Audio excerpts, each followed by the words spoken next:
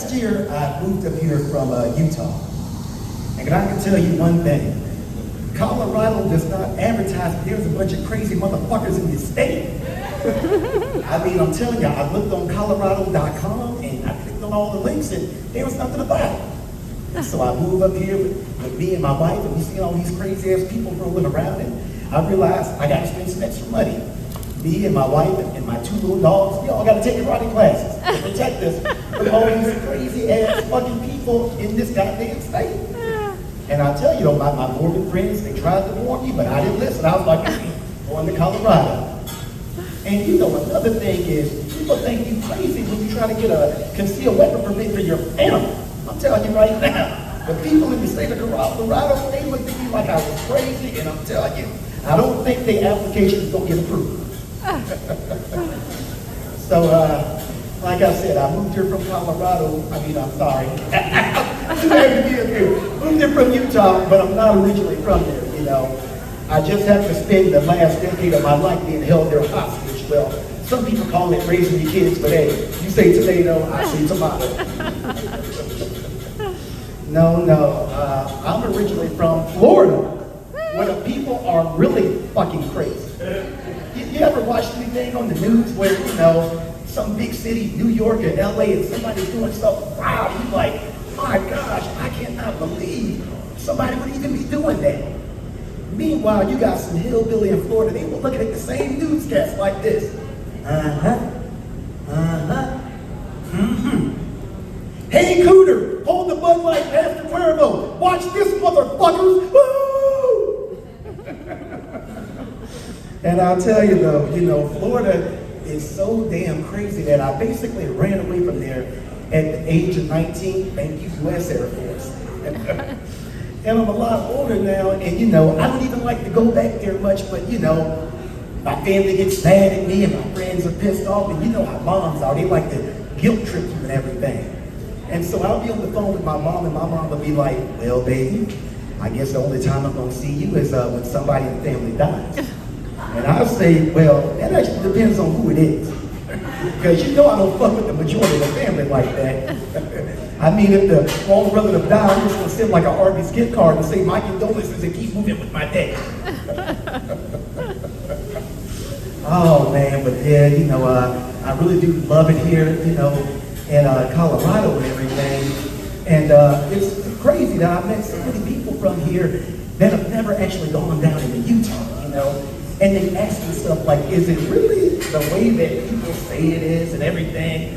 And you know, just tell me exactly how it is. And I say, okay, well, this is pretty much the easiest way that I can describe Utah compared to anywhere else I've ever been. Imagine you go outside and you get in your car and you take that car and you put it on the highway and you drive it to fucking Mars. That's how different Utah is from anywhere else that I've ever freaking been. I'm telling you, it's crazy. But I'll tell you one thing though, there's a few things that I really love about Colorado. You know, like I said, I've been here 8 months. One is that I don't know every black person here. In Utah, we all do. I'm not lying. We got a Facebook group. Black people, Utah, you think I'm lying? Look it up. Also, what I love is in Colorado, you know, when I order a drink that's supposed to have alcohol in it, the bartender gives me a drink and it actually has alcohol in it. So cheers, everybody. And I'll tell you another thing too. In Colorado, every Sunday isn't some weird shadow holiday where people like afraid to socialize and leave the house. Because I'll tell you this, in Utah, the only miracle happening on a Sunday is trying to find something fun and interesting to do, because it ain't gonna happen. Oh man. But I'll tell you though, you know, you guys, I'm really happy to be here tonight, and I'm also happy to be out this late during the week because my bedtime is 8:30 and it comes quick. You remember when you were a little kid and you got sent to bed at 8 or 8:30 and you was all mad and pissed off like you was being punished and you was gonna miss some shit? Now me, 8:30, I am very persistent and stubborn about that 8:30 bedtime. I'm about as stubborn as a stalker ignoring a restraining order. You know, they be in the bushes like, I ain't supposed to be here, but fuck it. And I know y'all looking at me like, how old is this guy talking about an 8:30 bedtime and shit? What's this deal? Well, I'll tell you this. I got a young face, but I got old features, you know.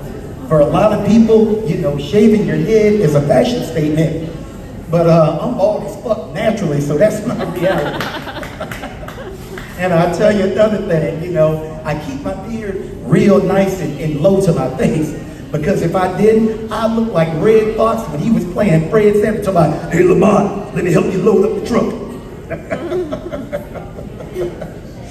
But I'll tell you though, you know when I really started to feel old? When I started getting them freaking letters from fucking AARP. Fuck those guys. I did not tell them how old I was, and somehow they just happened to know. And I remember I was getting those letters, you know, for months, and I was ignoring them. And then one day I opened up the letter, and you know what happened 48 hours later? I had a bad back and gout. I'm like, what the fuck did they put in that letter? God damn. Oh man. But I tell you though, what really sucks though, when you my age, is going to the doctor. Because it's not like when you're 20s and your 30s and all that, where you go in, high five, you walk out 5 minutes, you're good to go. Now, when you're my age, you know, those are not appointments. Those are certified interrogations. That doctor might as well walk in there with a freaking rubber hose and some goddamn jumper cables. And then they set you on the table and they put that light in your face and ask you all these stupid ass questions like, are you eating a lot of fat and watching your sugars and all that, and you know about saturated fat? And I'll tell you this, my answer to those 3 questions is yes, no, and fuck you. But I'll tell you though, the one bit of advice that I did follow from my doctor was I joined the gym. And I'm gonna tell you, that is the best value for your dollar right now. Because the good thing is, 2 things gonna happen. You're gonna get some exercise and you're gonna get some entertainment. And for all the people out there that go to the gym and you all worried about somebody looking at you while you're working out, well guess what? We are. I told you, the entertainment is great. Another thing though, in 2024, people don't give a fuck what they wear to the gym. I remember the other day I was high stepping on the treadmill and I looked to the left and there was a lady dressed like the Green Power Ranger. And I looked to the right and there was a guy dressed like fucking Captain America. And I was going, God damn, you know, I am good. If something goes down in this gym, I'm gonna be protected because I got the superheroes with me. But I'll tell you one thing in all seriousness is that I'm gonna be 52, you know, in a couple of weeks, and I'm very proud of that. I'm also pretty happy that my parents are still alive, they're still married, and they still know what day of the week it is. Because I'll tell you right now, I am child 7 of 8, and my parents, they were old when they had me.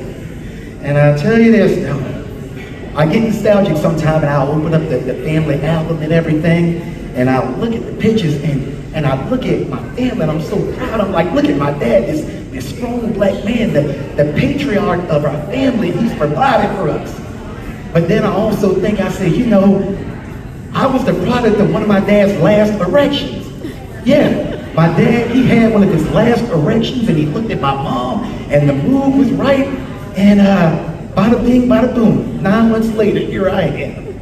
And then I also go back to look at the pictures and I'm like, look at my mom, strong black woman, she's had all these freaking kids and, you know, she's still there and with it. But then I also think that, you know, my mom could give a master's class on how to annoy the fuck out of somebody. I'm telling you right now, because my mom would call me up and we just sit there and listen to each other breathe on the phone for 5 minutes. And then I say, hey mom, are you still there? She say, yeah, baby. And I say, okay, you got anything else you got to say? She's like, no, baby. And I say, all right, mom, I love you to death, and I can't wait to talk to you again, and I'll talk to you later. And she says, okay. And then 3 minutes later, she calls me back. We have the same fucking conversation. Thank you all.